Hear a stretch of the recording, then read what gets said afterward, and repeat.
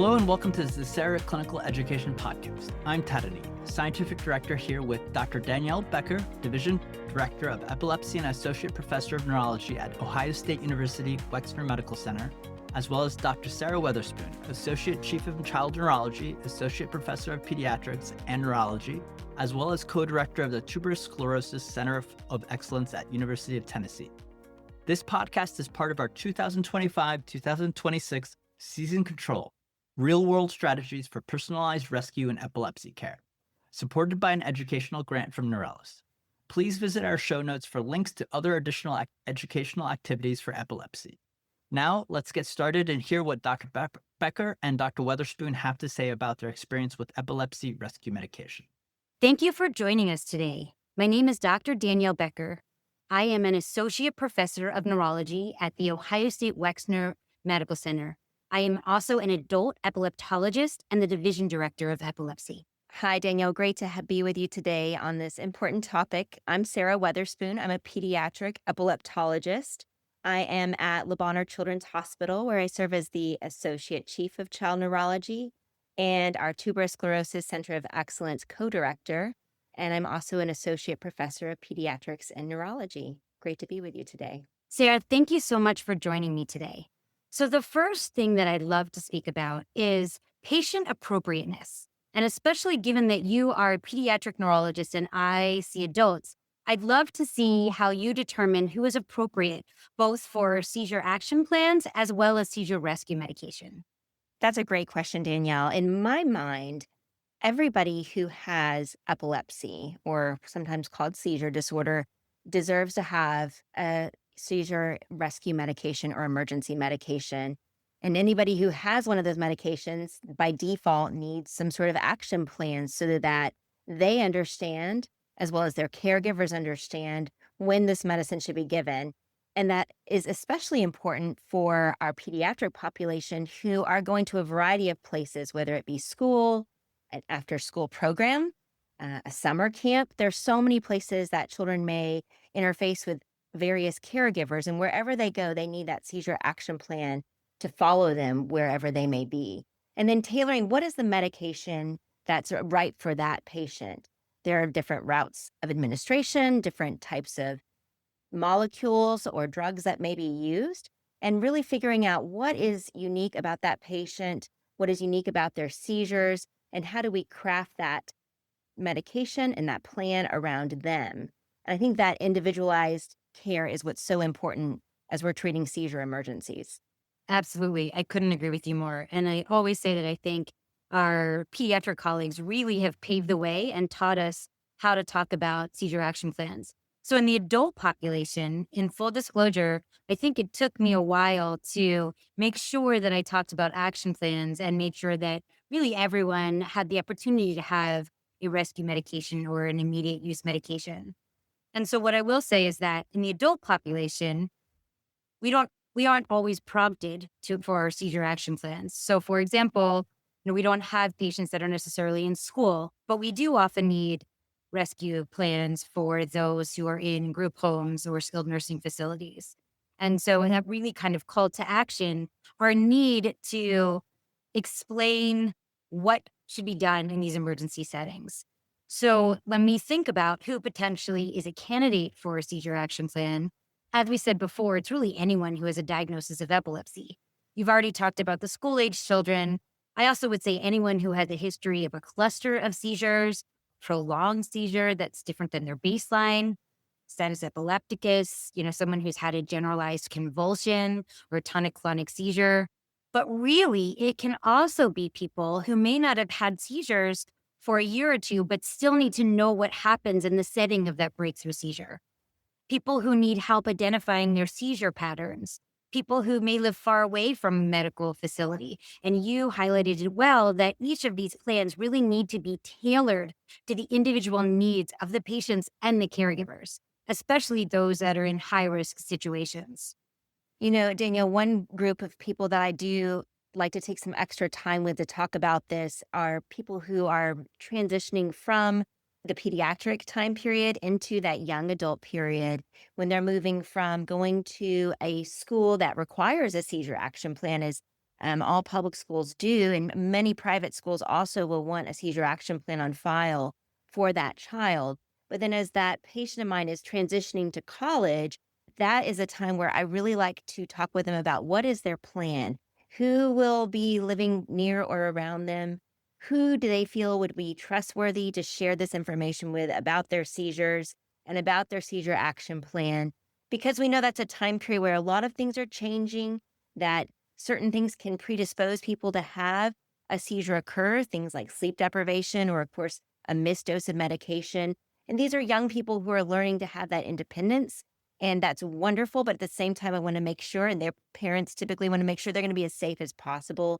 I think having that seizure action plan during that time period is just as important, if not more so, than when they're in this more constant supervised area of being in a school setting. So the schools actually help us make sure that we follow through with having really good seizure action plans. And I really like making sure that with that seizure action plan, I'm thinking about the patient. Do they need something standardized, like maybe a seizure longer than 3 minutes? Or what is a cluster of seizures for that patient? Those are things that we really need to define because the school really wants to know exactly when they need to give it. And this also applies to our young patients or older patients who have maybe a home health nursing situation. Home health nurses are amazing, but they really want to understand when is the right time to give that medication. So that's another time where I found that we really need to have a more detailed discussion about a seizure action plan. It's when you have these other caregivers that are healthcare professionals, but they need to know that unique patient situation, and it's not a one size fits all. Absolutely. I think you highlighted an important point that, if someone has a action plan as well as a rescue medication, they really have to understand when to use it. And if they don't understand what a cluster of seizures means, right? If they don't have a full understanding of when is the time to use this or how best to use this for their own patterns. So I will say that, especially in the adult population, I really like to sit down and have different action plans depending on where they're going to be, right? So they might be at work, they might be at home, their kids might be around. And so I think it's really important to talk about all scenarios and have it spelled out for them. I always say when I'm talking to patients with epilepsy and caregivers is that I can't necessarily take away the unpredictability of when that next seizure is going to happen, but I can give you something predictable to do in an unpredictable world.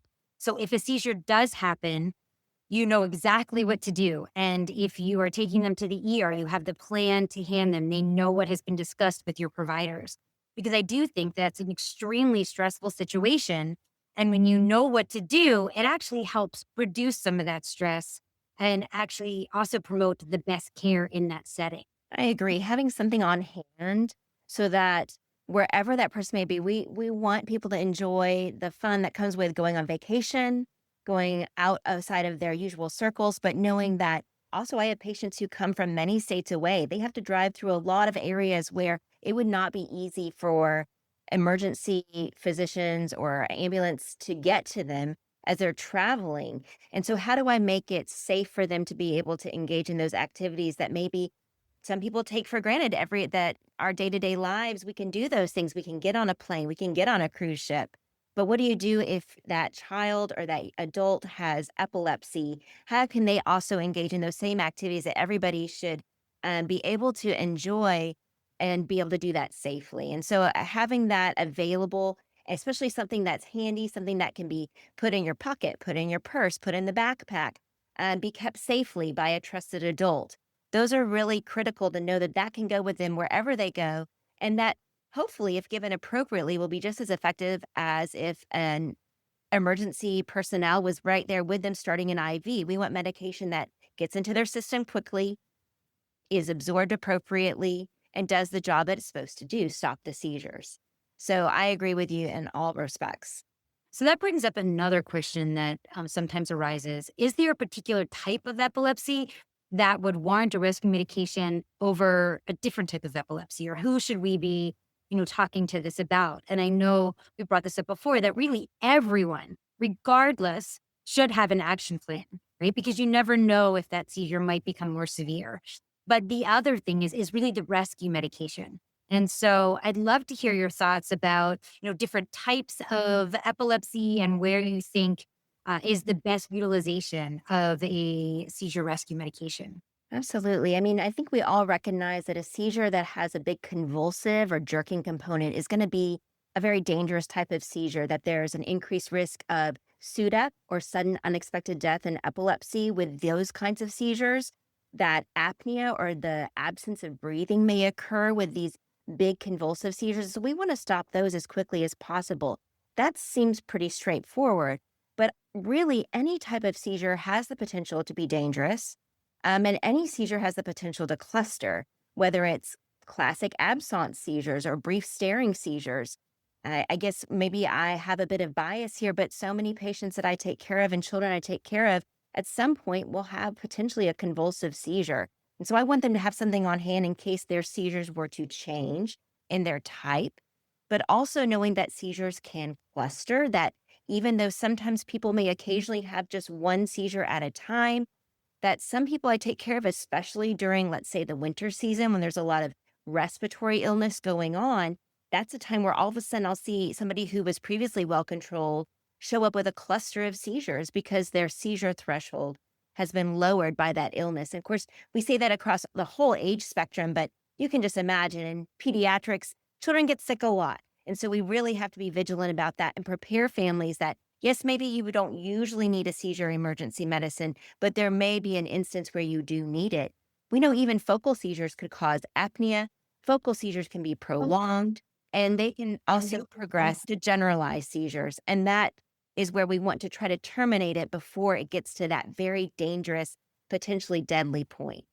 There's some people I take care of who wake up and we know their pattern was when they wake up in the morning, they may have a cluster of absence seizures.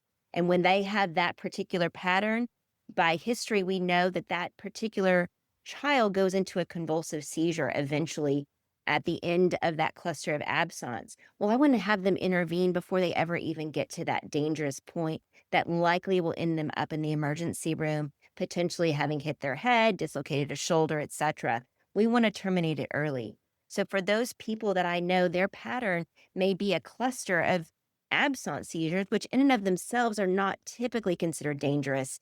That's a time where we can intervene before they get to that more dangerous standpoint. So that's when I might recommend giving it for that seizure type as well. What about you? So I agree with everything you said. I think it's important that we note that there are some seizures that are more severe than others. But the bottom line is that we know that epilepsy is a progressive disease. We know that over time, seizures can become more severe and progressive as well. But we also know that the best chance of stopping a seizure that may progress is as soon as possible. In fact, we have status protocols that start with benzodiazepines right away for this reason. So I agree with it really depends on the person's pattern. Even those with focal aware seizures, if they can cluster and then progress to focal impaired awareness, we really have to tailor the individual seizure action plans to keep the seizures from progressing to something that could cause more harm and potentially death. And I think that really lends well into us sharing our practices of how we prescribe rescue medications. So I will say that we're going to talk more about seizure action plans and the exact components that we would put in them in a future text module. So here we're going to focus just a little bit more on, what we might do in our own practice as far as management. But we will go into that a little bit further. But to come back to what we say to patients, depending on how often they have seizures. So, if someone has Lennox-Gastaut and they're having multiple seizures a day, it may have a different conversation. But most of my patients are having less than 5 seizures a month. And if that's the case, I really will try to identify when or where in the algorithm and in the progression of the seizure, if it's going to stay focal aware or if they have a cluster of 2 or more seizures in 24 hours, really when they should administer the seizure rescue medication. And I would say that often I'm telling them to administer it as soon as possible, really to prevent that progression, but also to empower them, to give them peace of mind for the families and the patients. I know personally, when you think about a loved one that may be having a seizure, I think it's very difficult to ask someone to time it and wait when you know it may progress and they might get hurt. And we also know that the soonest or the quickest we give the rescue medication, the sooner the seizure stops. So I will often say, depending on their pattern, to take it as soon as either the patient notices something or the caregiver does, to try to stop it as soon as possible and get them back to their baseline and back to living as soon as possible. I agree. I think one of the tricky things that we underappreciate, probably as providers, is that seizures are often going on a bit longer than is typically recognized. From the time point where a caregiver may start timing it, they may be well into the seizure for 1 or 2 minutes or longer. And so that traditional teaching of give it for a seizure longer than 5 minutes, I think underestimates our ability to detect the seizure onset. And we see that often in our epilepsy monitoring units or in our epilepsy surgery patients, where we can actually see seizures happening and starting long before there are clinical symptoms or physical symptoms. And so I tend to err on the side of giving it sooner rather than later in those particular patients, as you described, because I do think it's been going on longer than recognized. And we know that the rescue medication given within 5 minutes or less is more likely to be efficacious. And so we have to assume, I think, that there's time that was unwitnessed seizure. Certainly, if I have somebody, or when I'm talking to families, I'll express to them that if you walk in to go wake your child up for school one morning and you're realizing they're in a seizure, you need to go give the rescue medicine right away. If we don't know when the seizure even started because it was unwitnessed, then we need to assume that medication should be given. And what I get feedback from families is a sense of empowerment, like you referenced earlier, this sense of I can intervene myself. I don't just have to sit here and watch my child suffering from a seizure. But also, I think beyond that social emotional component is the physical biological component, where families will also express to me that because they gave the medication sooner, their child recovered from the seizure faster, that their breathing was not as affected. They didn't have that agonal breathing that sometimes happens in seizures, and that they came back to their baseline quicker as well. And those things are so significant when you think about quality of life and living with epilepsy and getting back to living, getting back to routine activities, to school, to sports, to being with friends. We want to get back to that typical stance that they're usually used to being in. So giving it sooner, I think, has a lot of evidence behind it. I think families see a lot of benefit from it. And I think it also helps keep patients safely at home rather than having to tap into an emergency room sorts of situations where that may be actually a delay in care sometimes just because there's such an overburdened system. Absolutely. So that also makes me think about the stigma that also is associated with seizures, and especially generalized tonic-clonic or focal to bilateral tonic-clonic seizures. Another reason why you really do want to intervene quickly and prevent that for the morbidity and mortality that is associated, but also for the emotional burden and fear that is associated with those types of seizures as well. And I will say that over the past, over 25 years, we have had one FDA approved rescue medication, which was rectal diazepam. And then in 2019 and in 2020, we had two additional rescue medications come to market with the nasal formulation. And so I do think there's something to be said with the changes in acceptable routes of medication. We do know that the FDA actually deemed the nasal diazepam form as clinically superior to the rectal diazepam for those ease of administration, not only for the patients, but also for the caregivers. And so I'd love to get your thoughts as well on some of these medications, especially because of the ages that are associated and approved for use, and also with recent expanded indications for use down to 2 years of age for some of the medication. Absolutely. Having emergency medicine, period, has been such an important thing for the epilepsy community. So to your point of having any option, starting with rectal diazepam that was FDA approved, where you know that you're giving a standardized dose and have a certain expectation of efficacy, meaning will it work or not. But I think there is a lot of constraints around that, especially for maybe some of my teenage patients or young adults. The idea of giving something rectally or receiving something rectally has a lot of social connotations for them. And I think for parents as well, there's some considerations around how they feel about their child's privacy when they're in a public setting like a school or a grocery store or a movie theater. And so also knowing that that parent might not be the one giving the medication, especially in the school scenario, who's giving it, who's available to do that, and who is around, and how do we protect that child's privacy? It's such an important issue. So the intranasal formulations have really been a game changer, I think, in expanding people's comfort with giving rescue medication and therefore also increasing the use to the point of helping get seizures to the point of terminating seizures more quickly. And again, keeping people safely at home and not needing to go to the emergency room. We, for us, intranasal midazolam and intranasal diazepam, both are available for many of our patients, especially for 12 and up. However, it was our youngest pediatric patients that we also saw a huge need for something that was intranasal. And when I talk to families about the ability to have an intranasal medication at home, their eyes light up and they say, yes, of course, that's what I want. Of course, that's what I'd prefer to have. And for our youngest patients down to 2 years of age, we have intranasal diazepam. And so being able to even send our preschool children to their settings, whether it's daycare or pre-kindergarten or to a babysitter's home, to know that they also have an intranasal option and don't have to have the constraints that come with the privacy concerns around rectal medication is a game changer. And so being able to offer that across the board to almost all of my pediatric patients is a big deal for both me and for these families.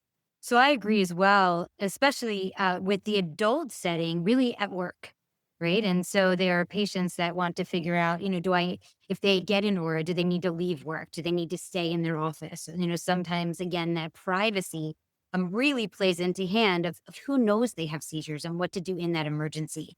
And that really hits home as well when you talk about these medications, not only their use, but how long they're impacted. And so in clinical trials, both for the rectal diazepam and the rectal midazolam, they have been shown that patients will return back to their baseline within 60 to 90 minutes. And so those are questions as well that some of our patients who are working may ask in that setting if they have a seizure cluster or a severe seizure at work. And so I also think that this is something that really needs to be highlighted. And specifically when talking about different routes of administration, what gives them the best empowerment and freedom and ability to really live in their everyday lives, as we've talked about before, with their least amount of limitations. Absolutely. And safety is such a huge issue too, right? So I think both you and I have patients who have limited mobility, who may have other sorts of processes going on, like maybe cerebral palsy.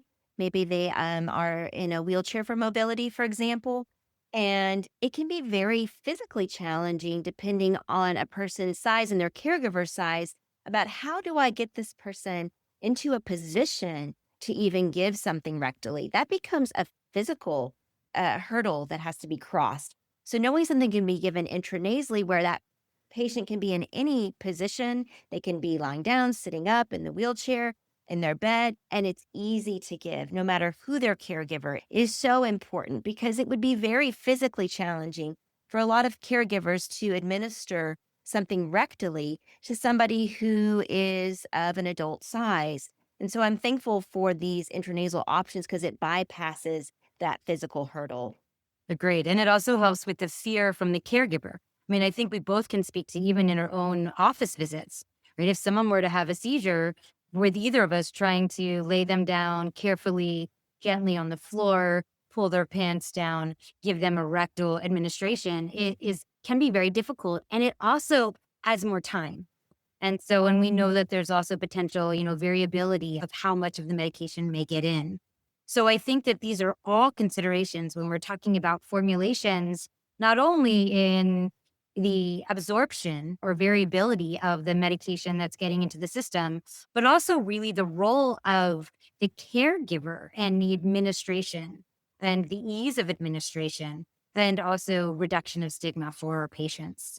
So my next question is, so we have talked about that there's currently 3 FDA approved rescue medications. We talked about the intranasal diazepam, the intranasal midazolam, and also the rectal diazepam.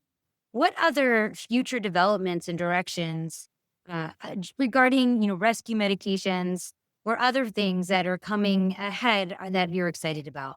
I think having multiple routes of administration is an important option. So the inhaled alprazolam that is under investigation will be interesting to see how things go with that. There are considerations that a family may have around giving something intranasally. They may ask, does this work if my child has chronic congestion, if they have sinus disease? Unfortunately, we know from the data that those sorts of physical differences in the nasal mucosa do not seem to actually affect the absorption rate of these intranasal options. So that's been a relief that we can bypass that. Again, rectal is not appropriate for everybody. If they have extreme immunosuppression in an oncologic setting, that's not appropriate. So again, finding other routes of administration, I think, is really important. Having something that we could offer down to as young as 2 years, which was a recent approval as of this year for intranasal diazepam, was huge because that was a population where families were eager to have that option, but we just couldn't offer it to them below the age of 6 years up until recently. So that's also, I think, just seeing how that age indication has expanded recently has really changed our practice quite a bit. I always like to take a step back and say that, for years, we've been very good at the chronic management of seizures. But at least in the adult population, we definitely could have improved on how we manage acute seizures, right? So we put you on different seizure medications to really try to stop the seizures down the road. But what's happening in that everyday moment when that seizure is happening? What are we doing to try to stop it as soon as possible, to reduce the accumulation over time of potential neurological damage? And so I really think that when we are treating a population, we have to take together the acute management and the chronic management. So the things that I'm excited about are similar to what you said, with more modalities, more formulations, more opportunities and options for our patients. I think that the more that we are talking about seizure action plans and rescue medication, the more adoption there will be. I will say, as an adult provider, that we are on the right track and we are increasing our usage, but we're not there yet. And I think it's really important for us as providers to put ourselves in the shoes of either the patients or the caregivers, right? So that we at least discuss it with everyone and give them the option to recognize the empowerment that this gives our patients and our caregivers, and the ease of interacting more socially, the reduction of stigma, something that gives them predictability in this unpredictable world, something that helps reduce that fear of when the next seizure is going to come or reduce that emotional burden. And so when I talk about excitement, I'm excited for the future innovative technologies that are going to come, but I'm also really excited for our patients, because I think the more that we talk about this, the more patients will be offered this, and the more patients will have reduction in morbidity and mortality and empowerment of taking control of their seizures as best they can in this unpredictable world. I agree. I think one of the things that we take for granted is that in our day to day lives, we think, okay, if I do all these things right, then I'll have a particular outcome. If I study hard for this test, I'll pass it. If I work hard at work, I might get a promotion. Our patients with epilepsy can be doing everything quote unquote right, meaning take their medication consistently, get good sleep, avoid their triggers, whatever those may be, whether it's alcohol or whatnot. They may be really following all those rules, and a seizure can still occur. And that unpredictableness is what is so jarring, I think, especially to us as humans, because we like to know what's around the corner, what's going to happen next. If I make these decisions now, will there be a payoff? Will things go well for me? And that is one of the major downsides of epilepsy, is, as you put it so eloquently, the unpredictableness. Giving people something empowering takes that back under their control. And I think that's so important to human nature, to feel that we have this autonomy over our lives and our decision making, and we can control our futures. And so I think giving that to patients really is such an important part of autonomy, which we talk about so much in medical care. And I'm grateful for that and how that's changed things, that we're not reliant on where somebody lives. They live close to a medical center? Do they live in a big urban area? Do they live in a rural area? Do they have a caregiver who can start an IV or knows how to pull medication up from a bottle to a needle and then add attachments to it? None of that should be required to make these things easy or facile for people to engage in and to be able to provide the same level of care to their child, no matter where they live, no matter their socioeconomic status. And I think that's a big piece of this, is knowing that these medications are often covered by most insurances, especially our state-based insurances, because I'm a firm believer, as I know you are, that having equitable access is so important. So I'm really see how also insurers, as well as the manufacturers of these products, have stepped up to try to make this accessible as possible to everybody. There are, I know, always gaps as we're trying to fill those gaps in medical care. But it's so important to me that all of my patients, and I see this particularly in pediatrics, are typically able to have access to these medications regardless. Yeah, you just said something that reminded me. I often quote you. And so when we're talking about, mechanisms of action and routes of administration, we also talk about efficacy, right? How quickly it may get into the system or, stop the seizure. And so I remember you had said something once when we were talking about bioavailability of medications, and that, some of these nasal sprays have very similar bioavailability to their IV formulation. And essentially, that's having something that is almost as efficacious as an IV formulation at home that can protect them and keep them safe and keep them ideally even out of the ER, in the safety of their home where they can be looked out for and they can return back to their baseline and return back to living as soon as possible instead of having to potentially have a prolonged seizure with increased injury, with ED visits, with possible hospitalizations. And so I would say that, with COVID, this really hit home the necessity of needing to have better access to rescue medications at home to help stop the seizures as soon as possible, reduce the injury, reduce the ER visits and the hospitalizations, and overall, not only reduce, the cost to healthcare, but really the cost to the families and the patients, and give them as much normacy as they can in living with the disease of epilepsy, and also the empowerment to try to control as much as they can, again, in, a day-to-day life that can potentially be unpredictable, regardless if they do even everything right and avoid triggers. Absolutely. So I'm curious to know, when you're talking with a family or a patient, how do you craft the seizure action plan? What are the key elements that you look at? And how do you take that feedback from the parent or the patient themselves into it as you're making it to really make sure it is individualized to them? Yeah, so I think that's a great point. And we will talk about this a little bit more in the text module too. But the idea is to find out what type of seizures they have, find out, the progression of the seizure. How does it start? Do they have an aura? Does it stay focal aware? Does it progress to focal impaired awareness or a generalized tonic-clonic seizure? Do they cluster? And I think that's the first and foremost question that we ask. And then we really cater the individual action plan to those patients. But I will also ask them, even if they say they have just focal aware seizures, does this impact your everyday functioning? Do you cluster? But I think really what hits home more than anything else is asking the individual characteristics of each patient, how their seizures progress, identifying, the pattern and the progression of the pattern, identifying the triggers, and then working with them together to really formulate this plan that they feel comfortable with as well, that will help keep them safe in these unpredictable circumstances. I agree. I think that's what's so key, is figuring out what for them constitutes a bad day. And sometimes I'll use that phrasing talking with families because I think that resonates with, oh, they had a bad day of seizures today. What was that bad day? And we can quantify that on paperwork, and we can quantify that when if they are admitted to the hospital, and we need to let the nursing staff know when rescue medicine is needed. But I think families really have a good sense of what is that for their loved one.